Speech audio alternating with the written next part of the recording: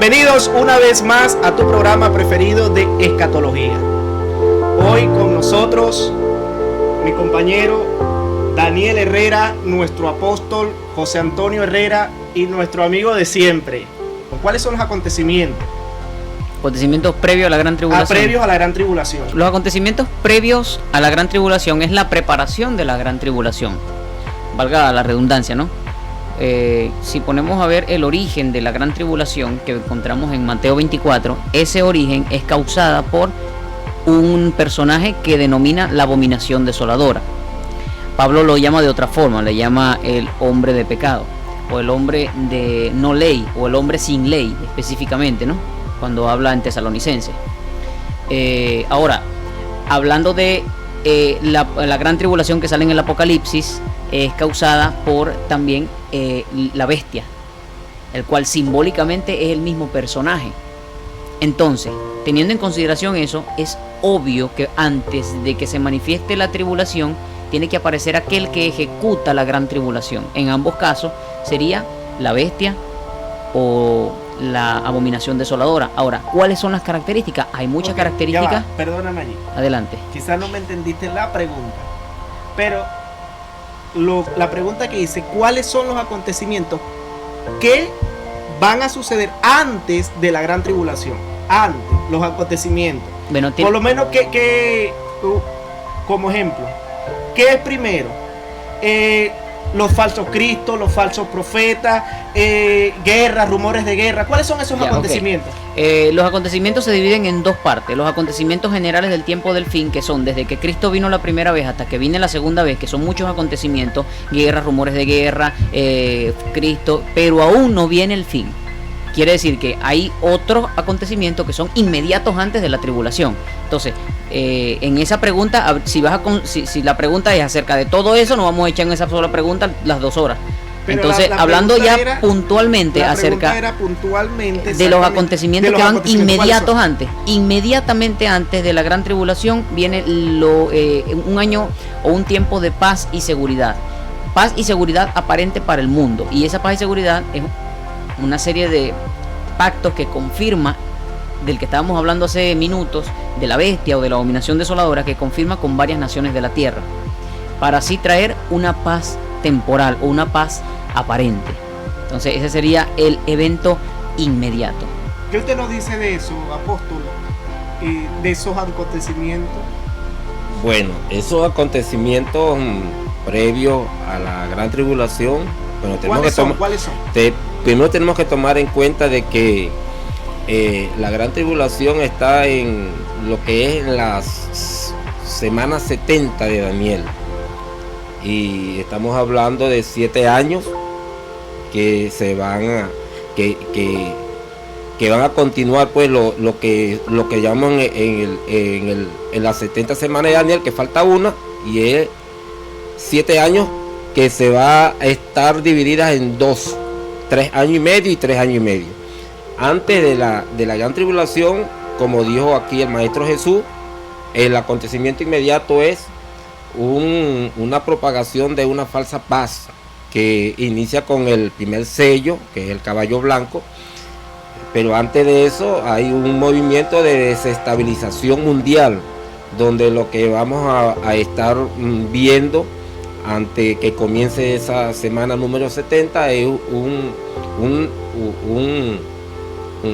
desenlace de rumores de guerra, de guerras incluso, de pestilencia, peste, gente que dice la idea que corre de aquí para allá, de allá para acá, y bueno, un ambiente desestabilizado completamente mundialmente, donde justamente se está mirando aquel hombre inicuo que va a gobernar el mundo por un tiempo, por ese periodo de la última semana de Daniel.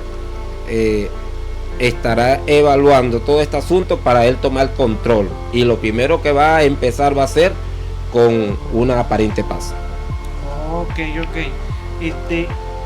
¿Cómo deberían prepararse o discernir los cristianos, amigo Jesús, las falsas profecías, los falsos cristos? ¿Cómo identificarían los creyentes? Bueno, en general tenemos algunos textos relacionados con Pedro que dice, como aquellos, los falsos profetas, así también habrá entre vosotros falsos maestros, queriendo dar a entender que los falsos de la antigüedad tienen una similitud con los falsos maestros de hoy en día. Entonces, la única manera de discernirlo no es a través de un sentir, es a través de la revisión de los mensajes que se predican según la Escritura, para asegurar y corroborar si lo que están predicando está en la Escritura o no. Si está en la Escritura, son maestros legítimos, pero si aún un ángel del cielo o cualquiera viene en nombre del Evangelio predicando algo nuevo, diferente, entonces el tal es un falso maestro, para resumir. Gloria. Esté relacionado con lo del Apocalipsis o no. El Apocalipsis es más confuso porque, ¿qué pasa? El Apocalipsis, como no se ha cumplido todavía, está algunas profecías, digamos, que son ambiguas o se prestan para una interpretación ambigua, y eso lleva a que las personas puedan cometer equivocaciones en algún momento, inclusive maestros legítimos, maestros serios, maestros de Dios, que pueden equivocarse pues de alguna manera u otra.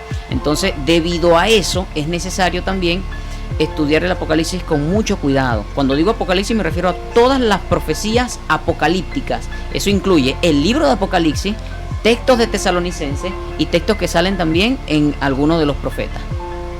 Ok. Apóstol, una pregunta muy interesante. ¿Cómo usted se prepararía cuando un falso profeta, un falso maestro, seduce a una oveja? ¿Cómo usted actuaría con respecto a eso?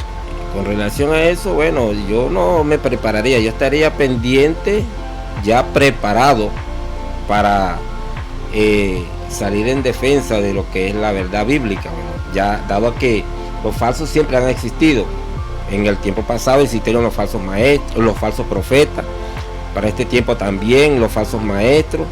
La Biblia dice que salieron de nosotros porque no eran de nosotros. Y los falsos maestros no vienen precisamente de personas que vengan de allá afuera, de un impío, sino son personas que tienen cierto conocimiento. Y la referencia bíblica dice de que el Señor no vendrá sin que antes se manifieste esos tipos de personajes, como en la manera dice, sin que antes se manifiesta la apostasía. Y precisamente la apostasía tiene que ver es apartarse de la verdad.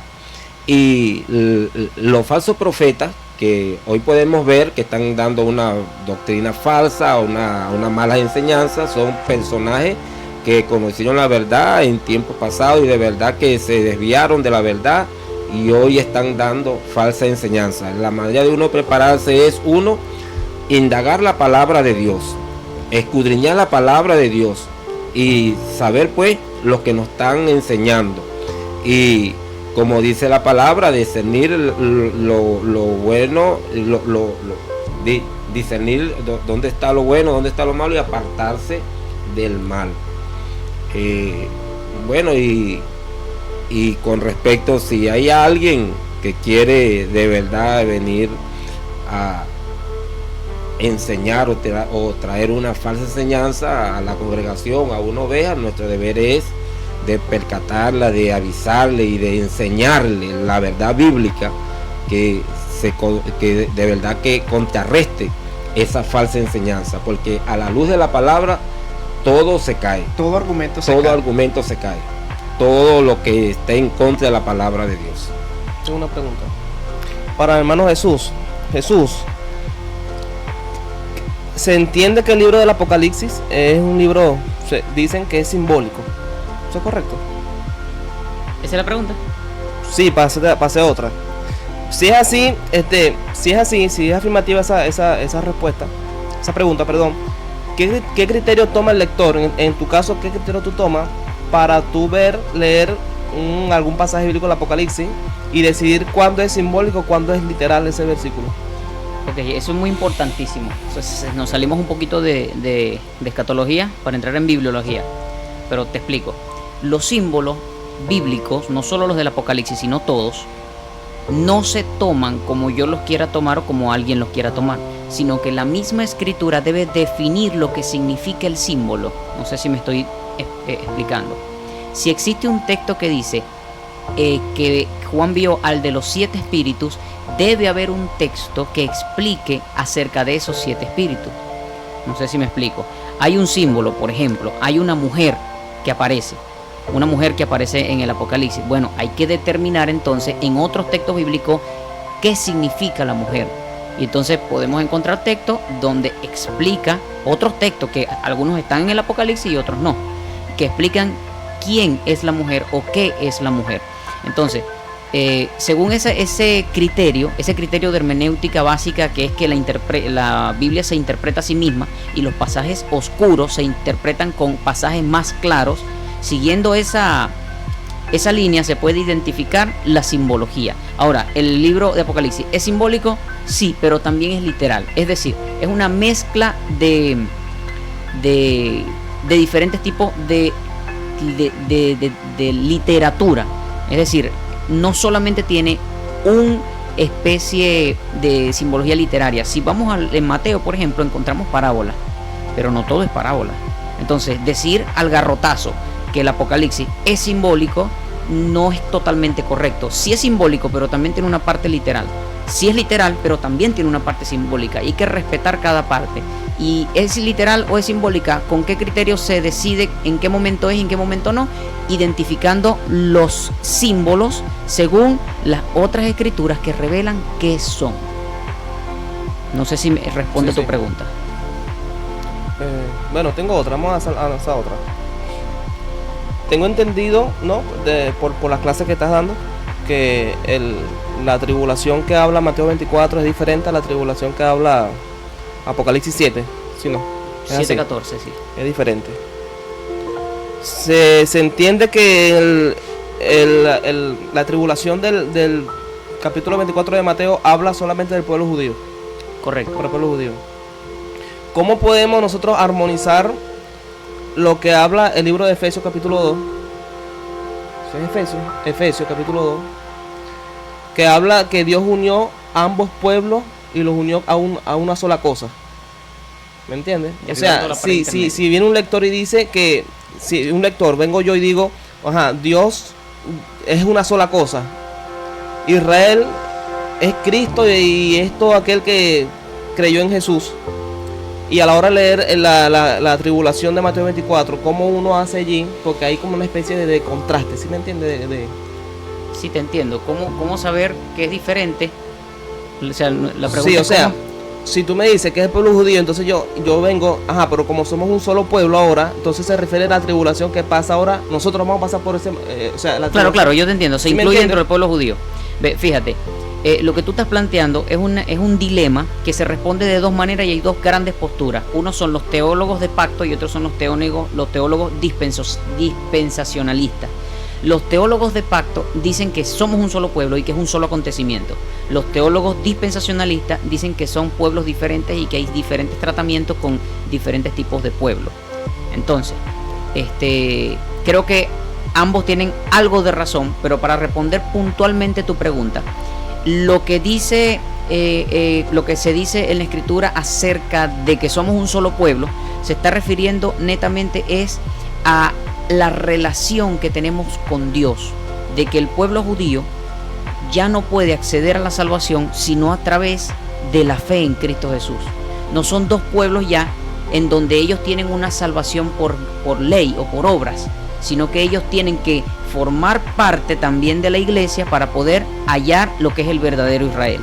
El verdadero Israel, que son ellos, el verdadero Israel étnico, es un Israel según la sangre, pero hay un verdadero Israel según la fe, un verdadero Israel que son los verdaderos descendientes de Abraham. Por lo tanto, también somos contados como descendencia juntamente con ellos, pero no significa que no haya promesas diferentes para pueblos diferentes. A Siria se le da una profecía, a Edom se le da una profecía, a Judea se le da una profecía. Cristo le dice a Jerusalén, Jerusalén, si yo quise juntarte como las gallinas a tus polluelos, entonces son profecías que son puntuales para pueblos específicos, para pueblos gentiles, para Egipto. Para eso lo encontramos en el Antiguo Testamento, en el Nuevo Testamento, la ciudad que tiene las 7 montañas. Es decir, que hay profecías específicas.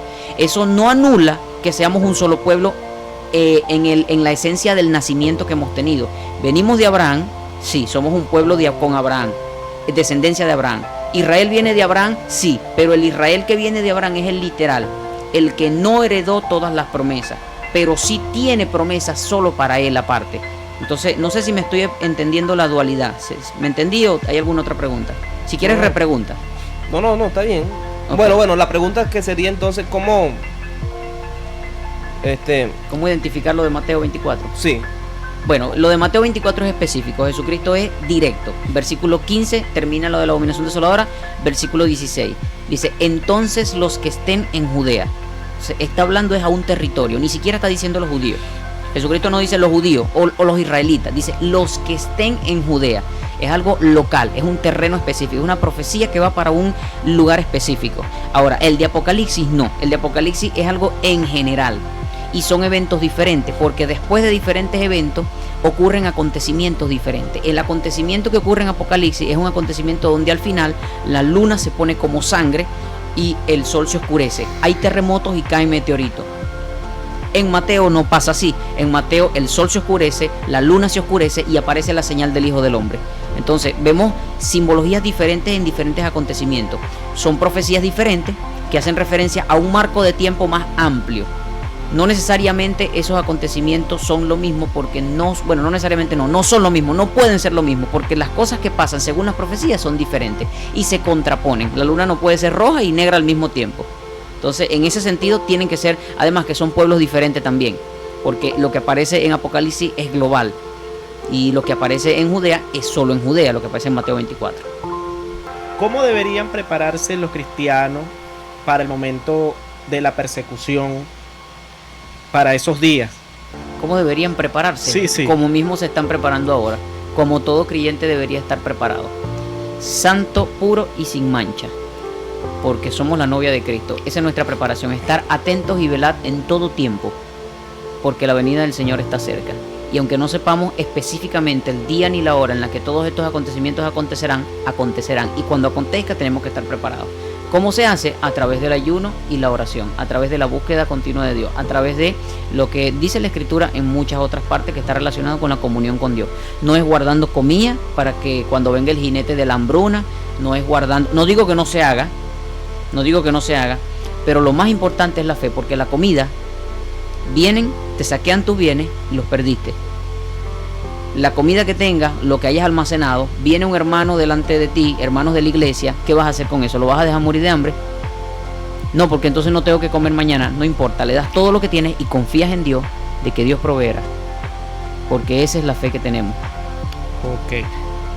Hablando un poco más, ¿no?, sobre la apostasía y la pérdida de fe durante ese tiempo, apóstol, que usted no tiene que decir cómo el cristiano debería visualizar eso y contrarrestar esa situación. Bueno, con respecto a ese tiempo de la apostasía, bueno, no es que en ese tiempo que viene ya estamos, que ya ahorita hay una gran cantidad de gente cristiana que se han apartado de la verdad de Dios y están haciendo cosas que están fuera del contexto de la palabra de Dios. Para eso tenemos que nosotros estar con una visión muy bien clara en lo que dice la Escritura, y bueno, prepararnos para, como dijo aquí el Maestro Jesús, prepararnos para no caer en esa situación. Debemos orar más, buscar más de Dios y pedirle a Dios la revelación de su palabra. Bueno, Dios dice que el apóstol declara y dice que él ruega a Dios para que nos dé espíritu de sabiduría y de revelación en el conocimiento de él, que es muy importante, por cierto, que Dios nos revele lo que es la sabiduría en el conocimiento de él, para no caer en esas falacias del enemigo, pues. Una pregunta.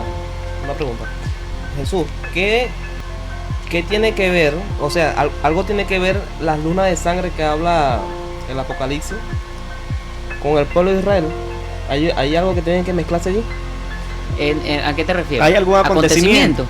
Sí. Bueno, todos los acontecimientos están interconectados con todos en el sentido de que van a pasar. Así que de que están conectados bíblicamente, que la Biblia dice el orden específico, ahí sí tendríamos que analizarlo. ¿Por qué? Porque el capítulo 6 de Mateo, donde empiezan los sellos, termina en el capítulo 7. Al final del capítulo 7. Ese capítulo de lo que es el quinto sello es cronológico. Y la luna aparece en el capítulo 7. Aparece después de que el pueblo judío es sellado. Entonces, si hay algún orden cronológico que se entienda del quinto sello, podríamos entender que el pueblo judío va a ser sellado antes de la luna de sangre, si ese es el caso. Ahora, personalmente pienso que el orden en el que el sello demuestra las cosas que van saliendo no es necesariamente el orden en el que va a ir aconteciendo las cosas. Es decir, no pienso que tenemos que esperar que se sellen los 44.000 para ver las lunas de sangre. Yo pienso que son acontecimientos que pueden ir inclusive uno antes que el otro sin ninguna necesidad profética, porque no hay versículo que lo diga específicamente. No sé si me explico. No debemos asumirlo por el hecho de que está 10 versículos abajo, porque el Apocalipsis tiene algo que, así como es cronológico en algunas cosas, es anacrónico en otras cosas, porque Cristo aparece en el capítulo 1, también aparece más adelante y vuelve a nacer en el capítulo 12 y vuelve a aparecer después en el capítulo. Entonces hay como que el Apocalipsis tiene un recuento de actividades que no son cronológicas. No sé si me explico, sino como que reinicia, resetea y vuelve a hablar de lo mismo, pero paralela, desde otra perspectiva. Entonces el libro Apocalipsis sí hay que estudiarlo con mucho cuidado.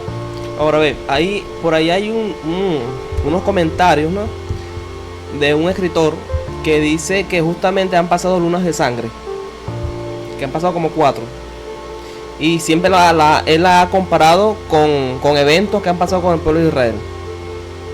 ¿Sí me entiendes? ¿Cómo se llama quién dice? No me acuerdo, ese doctor. Ok. Y en su libro él tiene como que una especie de cronología que tiene más o menos cuándo va a ocurrir la próxima luna de sangre, y tiene un asunto con el pueblo de Israel, porque siempre que pasa una luna de sangre es porque acontece algo en el pueblo de Israel, bien sea la guerra de 6 días, cuando se le dio que como pueblo oficial a Israel, y qué han pasado.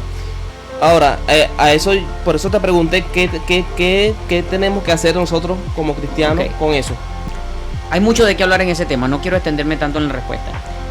Lo primero que quiero decir es que la luna de sangre que menciona el capítulo 7 del Apocalipsis y la que se menciona en la profecía de Joel al final del capítulo 2 es la misma luna de sangre, porque tiene las mismas características al final. Cuenta algunas cosas de la salvación igual que en la otra, que en el capítulo de Apocalipsis. Entonces, lo que estamos queriendo decir con eso, lo que quiero decir con eso es que no hay que correlacionar eventos bíblicos con eventos reales que no simbolizan lo que verdaderamente pasó. Pongo una pausa y explico el porqué. Es peligroso decir que porque la luna de sangre se materializó en alguna parte, entonces fue algo profético. No, porque la Biblia no dice que habrá tantas lunas de sangre. Dice que habrá una luna de sangre y vendrán meteoritos y vendrá un terremoto mundial que moverá toda montaña de su lugar. No puede ir la luna de sangre sola. Y si la luna de sangre vino y causó algo en Israel, tiene que venir con el terremoto que mueve toda montaña, con los cuerpos ardiendo que caen. O sea, es algo específico. Al decir que eso no es así, es decir que la profecía que está allí está falsa. O sea, que el que lo profetizó se equivocó y no quiso decir que había terremoto, sino que lo que había era un terremoto espiritual, por ejemplo. O que lo que había, exacto, o que lo que había era que no caían las lunas, los cuerpos ardiendo, sino que no caía meteoritos, sino que lo que caía era una lluvia de bendiciones. No sé, pongo un ejemplo así simbólico. Y entonces, diciendo todo esto, lo que hacen es decir que no, la Biblia está equivocada ahí y no se le puede prestar atención exactamente a lo que dice. Por lo tanto, cualquier interpretación de que las lunas de sangre son bíblicas es antibíblica si no pasó todo lo que la Biblia dice que pase. Entonces, esas interpretaciones conozco que salen de diversos fanatismos apocalípticos, pero yo asumo que esa persona de la cual salió ese estudio probablemente esté muy cerca de entender que ya Cristo viene y que hay una fecha, y inclusive son los que más terminan en ese punto, dando fechas específicas, porque son los que buscan cumplimientos apresurados del Apocalipsis, cuando el Apocalipsis es claro, por lo menos esa profecía de la luna. Que ven las cosas al revés, ¿no? Porque están viendo el comportamiento, digamos, cosas que pasan con Israel del mundo. Y eso se lo asuman a la profecía bíblica. Le aplican al versículo. Sí, cuando no debería ser así. No. Ese no es el orden. Bueno, continuando, Jesús, apóstol, ¿cómo el creyente debería prepararse para predicar el evangelio? ¿Cómo debería ser la postura de la iglesia ante todo este acontecimiento? Precederán a la gran tribulación.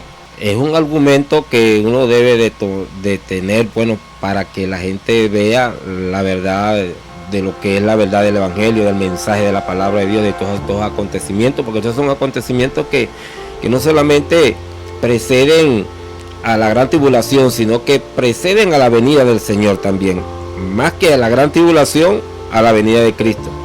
¿Entiendes? Entonces esos acontecimientos nos dan legalidad a nosotros y nos autorizan de hablar de la venida del Señor para evangelizar a la persona, y tenemos autoridad para predicar, ya señalando que estamos montados en esos tiempos, porque la verdad es que eso es lo que estamos viendo. Estamos viendo lo que es el ambiente de guerra, de rumores de guerra.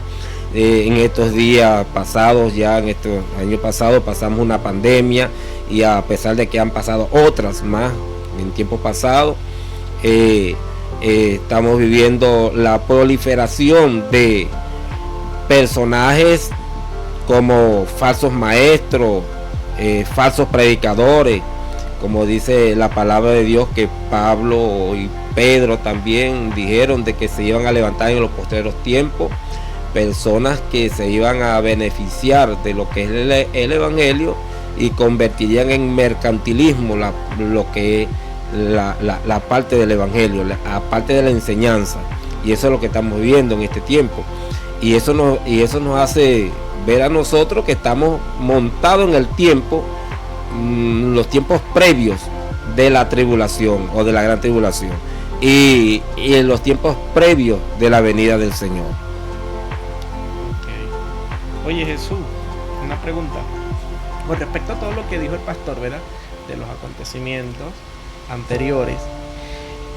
¿Cómo puede la iglesia o el creyente ser sal y luz en un mundo donde la iniquidad está en aumento, y va a ir más en aumento con respecto a estos acontecimientos antes de la gran tribulación? ¿Cómo puede no? ¿Cómo?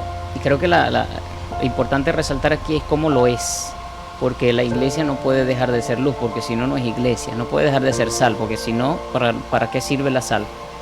O sea, ya no sirve para nada, y es hollada y es pisada y todo aquello. O sea, si la pregunta se refiere a cómo funciona, bueno, funciona que los creyentes expresan la verdad, cueste lo que le cueste. Expresar la verdad es expresar la predicación, expresar la verdad de la palabra de Dios a través de lo que es la santidad, que es una de las cosas que más le choca al mundo, a través de la austeridad, que es una cosa que vino a predicar Jesucristo muy fuertemente, es decir, en contra de los que buscan riquezas. Y todos esos detalles son necesarios, y es lo que la iglesia debe hacer y lo que la iglesia hace en efecto. Bueno, lo que se considera iglesia debe hacer. Si alguien está en una iglesia que no predican un evangelio así, y que predica un evangelio de, no sé, de que tenga que ver con cualquier tipo de pecado permitido, o que tenga que ver con, no sé, riquezas millonarias o miles de dólares que el Señor te va a dar por ofrendar bastante y cosas así, y solamente se suscribe a eso, estamos hablando de que no son sal de la tierra y no son luz en las tinieblas, sino que son parte de las tinieblas, porque eso es lo que quiere el mundo. El mundo quiere fama, dinero, poder. Y si la iglesia está buscando eso, lamentablemente no es iglesia, es el mundo. La iglesia debe buscar la santidad y la verdad, y todo eso pregonarlo a través de la predicación del evangelio. Entonces, creo que lo que dices no es una posibilidad, es una obligación. Una pregunta, Jesús. Me dices, según Apocalipsis, cuando cae esa luna, es inmediatamente esa gran tribulación. Es así, ¿no? El orden. La luna de sangre, el sol se apagará. Viene la tribulación. El orden de los eventos. Ajá, es la gran tribulación. El orden de los eventos finales se va aclarando con diversos versículos que se van sumando. El primer texto que relaciona la luna con la tribulación es el texto de Mateo, que dice: e inmediatamente después de la tribulación de aquellos días el sol se oscurecerá y la luna no dará su resplandor. Ese oscurecimiento que ocurre es inmediatamente antes de la segunda venida de Cristo. Es decir, es lo que precede inmediatamente la venida de Cristo. Todo se pone oscuro y aquel resplandor que aparece es el Hijo del Hombre. Entonces, después de la tribulación de aquellos días, obviamente está hablando de la tribulación que produce la abominación desoladora en Mateo 24 por el contexto. Ahora, cuando hablamos del Apocalipsis de la luna de sangre, no es la misma y no habla directamente de la tribulación de la que habló Mateo, sino que habla de otra tribulación, de la gran tribulación que pasa la iglesia a nivel mundial, la iglesia en general, la iglesia que pasó por ese periodo de sufrimiento. Ahora, esto se correlaciona al final de Joel. Tenemos un texto que dice que habrá, cuando pase la luna con sangre, la luna roja, habrá salvación en Jerusalén y en Sión. O sea, lo que está queriendo decir todo esto es que aún habrá salvación cuando aparezca la luna de sangre. Entonces, la correlación entre la gran tribulación y la luna oscura es que la luna oscura es después de que finaliza la gran tribulación. Ahora, con la luna de sangre es que la luna de sangre viene antes de la ira, porque la luna de sangre anuncia la ira en el Apocalipsis y también en el texto de la profecía de Joel. Es un anuncio. Es un anuncio. Inmediatamente cuando pase, dice, ha venido la ira del Cordero en el Apocalipsis. O sea, no es luna e ira. Pasa la luna roja y esa luna roja es la que da inicio a la ira. No sé si me explico. Ella inicia, ella es un anuncio. Es un anuncio. Es como que tú pases por una calle, sí, hay salvación, pero anuncia la ira. No sé si me explico. La luna es el último llamado para la salvación. El asunto aquí es esos espacios. De luna inicia o anuncia. O sea, ahí ya entraríamos en especulación, ¿no? O si hay texto bíblico que digan, no, es luna y enseguida cae. Bueno, Dios aplastando a todo el mundo. O sea, a eso la ira de Dios. La luna de sangre sí, pero hablando de la ira de Dios, no. La ira de Dios está hablando, cuando hablamos de Apocalipsis, cuando la ira de Dios no dice, el texto no dice, inmediatamente después de la tribulación de aquellos días vendrá, o inmediatamente después de la luna vendrán la ira de Dios. No lo dice así textualmente, pero dice, cuando aparece la luna dice, ha venido la ira de Dios. Es como decir que un evento, una luna es para la tribulación y otra para la ira, porque la tribulación hay que diferenciarlo de la ira. Sí, claro. Son dos eventos diferentes. Una finaliza la tribulación, y anuncia, y una finaliza la negra, finaliza la tribulación y llega Cristo. Llega Cristo. Ese es el final. Y la otra es la ira. Anuncia el inicio de la ira. Ahora, ¿qué pasa? Que aquí hay un conflicto que vamos a ver, y es que lo que se llama tribulación para Israel pasa al mismo tiempo que la ira de la luna roja. Es un periodo de tiempo simétrico, que pasa al mismo tiempo. No sé si me estoy explicando. ¿Cómo lo sabemos? En el texto de Daniel, de la semana 70 de Daniel, dice, por las 70 semanas son para tu pueblo. Es una profecía directamente para Israel.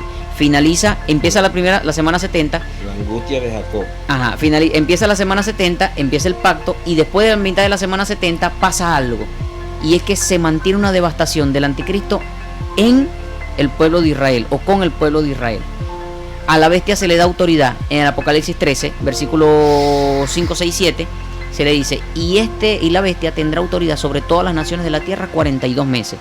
Esa cantidad de tiempo que pasa el anticristo es la misma cantidad de tiempo que pasa en la semana 70 de Daniel. Pero ¿qué pasa? En la semana 70 de Daniel dice que el anticristo lo va a hacer contra Israel. Eso es lo que dice Daniel. Pero en Apocalipsis dice, no, contra Israel no. Dice, contra todas las tribus de la tierra. ¿Está incluido Israel ahí? Sí. ¿Y qué más dice? Contra la tribu de la guerra. Y se le dio autoridad para hacer guerra contra los santos y los venció. ¿Sí? Entonces se entiende que esos periodos de tiempo en el cual el anticristo genera una persecución, lo que es la abominación desoladora, es ese periodo de tiempo en el que pasa eso, es el mismo periodo de tiempo en el que también es derramado el inicio de la ira, porque la luna de sangre es la que da inicio a la ira. Entonces, son acontecimientos paralelos. Ahora, ¿la iglesia está para ese entonces? No necesariamente, porque aunque la guerra que hace el anticristo es paralela, tanto la de Mateo 24 y la semana 70 de Daniel, es decir, la del Apocalipsis de la guerra contra los santos y la de la guerra contra Israel, aún hay un periodo de tiempo donde va a haber una aparente paz en la tierra. Pero esa aparente paz de la tierra, esa aparente paz que va a haber en la tierra, es una aparente paz para el mundo, pero no para la iglesia. Porque el anticristo se levanta contra todo lo que se llama Dios. No sé si me estoy explicando. Entonces, previo a la 2600 tantos días. Sí, previo a la gran tribulación de Israel, que es la misma ira, hay una tribulación. Pero esa tribulación específica es la ira para el pueblo. Bueno, la ira no, perdón. Es el derramamiento de lo que el anticristo va a hacer en contra de la iglesia, que es previo a la gran tribulación de Mateo 24. Y eso previo es la gran tribulación del Apocalipsis 7:14. Entonces, el orden cronológico de los acontecimientos nos va llevando a que la luna de sangre acontece justo antes de la ira. Y la luna de sangre, cuando se menciona en el Apocalipsis, ocurre cuando el pueblo de Dios está en el cielo. Justamente son 4 o 5 versículos que están pegados, desde el versículo 7, versículo 14, hasta el versículo 17, por ahí. Es tremendo esto, ¿eh? Y por ahí se va. Ok. ¿Puedo decir? ¿Qué le tendría que decir a cada uno de los creyentes antes de que eso suceda? O para los que se queden. Bueno, que sean fieles hasta el fin. Y el que persevera hasta el fin, ese será salvo. Bueno, a los que se queden ya están quedados, no pueden hacer nada. ¿Ya están quedados o no están quedados? Bueno, tendríamos que hablar de la salvación después del arrebatamiento. Ay, Oye. Ese es otro punto muy fuerte que Ese es punto tendríamos que fuerte. tocar. No me gustaría mencionarlo así nada más. Pero sí hay que hablar de la salvación después del Yo te arrebatamiento. voy a decir un comentario que dijo un pastor, ¿verdad? Adelante. A ver qué tú opinas, solamente que tu opinión al respecto. Él dice que ahí la escatología hay que hacer la salvedad de que hay varios pensamientos y ninguno de ellos son que si no crees una corriente o crees otra, eso no aplica para la salvación, ¿cierto? No del todo, pero sí en su mayoría. Hay, Ok. hay algunas corrientes peligrosas. No, muy, claro, muy pero- específicas. Pero, o sea, muy específicas, claro. vamos a decir las que están Sí, en términos generales, entran en el renglón, pues, de las que son. Sí. Hay un pastor que dice lo siguiente, dice, no son, o sea, no condenan, pero sí tienen ahí debilidades hermenéuticas en lo que interpretan las diferentes pensamientos. Déjame ponerlo de otra forma. Él dice que quizás tu forma de tu inclinación de escatológico, si es premileniar o amileniar y todo eso, lo dice él en el punto de vista que él es amilenialista. Él dice, todo el que cree en el premilenialismo, o sea, son mis hermanos, pero hay que tener en cuenta que tienen una debilidad hermenéutica. Él dice eso de su punto de vista. ¿Qué tú dices al respecto de eso? Cualquier debilidad hermenéutica es equivalente a una posible error, bien sea de interpretación o bien sea de la doctrina que se está manejando. Ahora, de que el hecho de que él diga que los premilenialistas tienen errores hermenéuticos no significa que el amilenialismo tampoco tenga errores hermenéuticos, porque todos los amileniales son post-tribulacionistas y creen que todos vamos a pasar por toda la tribulación y toda la ira de Dios. No sé si me explico. Entonces hay una diferencia allí que también habría que ellos tienen que explicar bastantes versículos referente a eso. Entonces no es nada más que... O sea, eso es una aclaratoria que él mismo se echó espada con Claro, lo que dijo. es una aclaratoria general, no solamente para los premilenialistas, sino para los amilenialistas y para los postmilenialistas y para todito lo que piensen que el milenio no está, que no existe, que ya existe, que si viene, que no viene, que ya estamos en él. Todo eso está relacionado con interpretaciones que al final ponen en aprietos a alguien para poder explicar algunos versículos. Apóstol, ¿qué usted tendría que decirle a cada uno de los creyentes con respecto a esta muy amena conversación que terminamos de tener. Con respecto a esto, Sí. la verdad es que Dios tiene su proyecto desde que comenzó el mundo hasta que comenzó todo, hasta que lo termine. La Biblia dice que Jesús entregará el reino al Padre, y de que las diferentes corrientes teológicas puedan decir, bueno, cada corriente teológica tiene su propia interpretación. Eso no quiere decir que Dios va a cambiar su proyecto. Dios hará lo que Él tiene que hacer. Lo que sí es cierto es que todos concordamos en que de que Cristo Va a venir. viene antes, la mitad o después de la tribulación, pero de que viene. Así que hay que estar preparado para su venida. Él dijo que vendría y vendrá, y los apóstoles han dicho y escribieron que su venida está cerca. Independientemente de lo que las posiciones digan, Dios va a cumplir con su promesa. Y él dice que el apóstol Pedro dice que él no tiene su promesa por tardanza, sino que él es paciente para con nosotros, dándonos la oportunidad a todos aquellos que todavía le faltan entrar en el redil, pues, que sean salvos. ¿Qué tú nos tienes que decir a las personas que nos ven, que nos escuchan, con respecto a esto que hablamos? ¿Qué tú le tendrías que decir? Que se llenen de esperanza, que lean la escritura, que toda la palabra de Dios es útil para enseñar, para redarguir. Y cuando digo toda, no saco el Apocalipsis, no saco los profetas. Creo que todo tiene su propósito y todo está escrito para nosotros. Dios no se escribió para Él mismo, ni Cristo escribió para Él leerlo después del milenio y decir, mira lo que escribimos aquí. No, yo creo que todo tiene un propósito y que el Espíritu Santo habla y llena de esperanza también a todos nosotros a través de toda la escritura en general. Así que quien le tenga miedo al Apocalipsis, no le tenga miedo.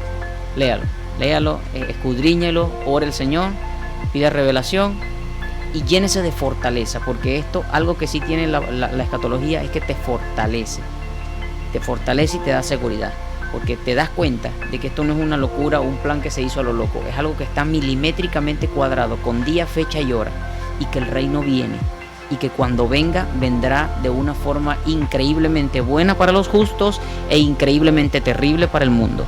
Así que sepamos recibir de Dios lo bueno, lo malo y lo mejor en el reino venidero. Gloria a Dios. Bueno, señores, escuchamos palabras del apóstol, palabras de nuestro hermano Jesús Gascón, y sin más, nos vemos la semana que viene, si Dios quiere y lo permite, y no ha venido Cristo. Si no ha venido Cristo, nos volveremos a ver por este canal Theology LBC. Nos vemos, hasta pronto.